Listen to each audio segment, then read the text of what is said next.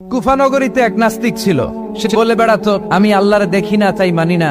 কুফানগরীর লোকজন বলে আমাদের এক ইমাম আছে নাম নু'মান ইবনে সাবিত, ওনার সাথে বসলে তুমি আল্লাহরে দেখতে পাবা। সে বলে তাই, তাহলে তোমাদের ইমামকে ডাকো।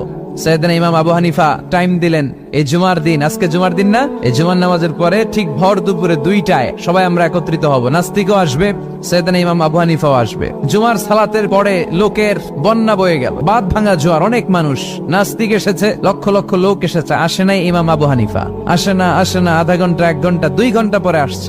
নাস্তিক বলে এই তোমাদের ইমাম, যার কোনো সময়ের জ্ঞানই নাই, এর সাথে কিসের তর্ক? সাইয়েদনা ইমাম আবু হানিফা বলে ইনদি উযর, আমার ওজর আছে। কি ওজর? সাইয়েদনা ইমাম আবু হানিফা বলেন আমি ঘর থেকে বের হয়ে আসার পথে একটা নদী পার হয়ে আসতে হয়। আজকে এসে দেখি নদীর মধ্যে কোনো মানুষ টানুষ নাই, নৌকা নাই, মাঝি নাই, কিচ্ছু নাই। তো হঠাৎ দেখলাম পাশে বিশাল বড় একটা গাছ, এই গাছটা এমনি এমনি 2 ভাগ হয়ে গেল। হঠাৎ গাছ থেকে এমনি এমনি লম্বা তক্তা হয়ে গেল, এমনি এমনি তক্তাগুলো জোড়া লেগে নৌকা হয়ে গেল। আর নৌকা আমার সামনে আসলো, মাঝি ছাড়া, লগি বৈঠা ছাড়া। আমি নৌকায় যে বসলাম, নৌকাটা আমার নিয়ে টান দিয়ে সাঁ করে ওপার নিয়ে গেল। তো এই যে এই কাজগুলো আর প্রসেসিং গুলো হতে আমার 2 ঘন্টা সময় লেগেছে। নাস্তিক কয় তগ ইমাম গাঞ্জা খাইছে, মাথার তার ছিঁড়া গেছে, নাহলে কোনো সুস্থ মানুষ এ কথা বলতে পারে? এমনি এমনি নাকি গাছ ভেঙে তক্তা হয়, এমনি এমনি নাকি তক্তা লেগে নৌকা হয়, এমনি এমনি নাকি মাঝি ছাড়া নৌকা চলে।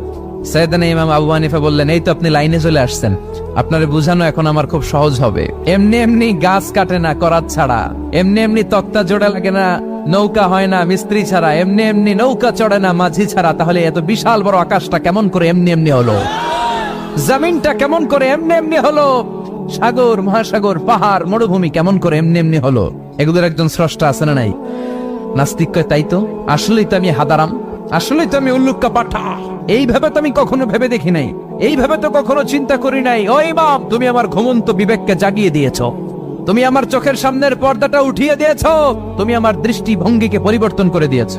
ও ইমাম, তুমি আমার চোখ খুলেছো, তুমি আমাকে হক চিনতে সাহায্য করেছো। আর দেরি করতে চাই না, আমারে পড়িয়ে দাও লা ইলাহা ইল্লাল্লাহু মুহাম্মাদুর রাসূলুল্লাহ। কালিমা পড়ে মুসলমান হয়ে গেছে। আল্লাহু আকবার পড়ে।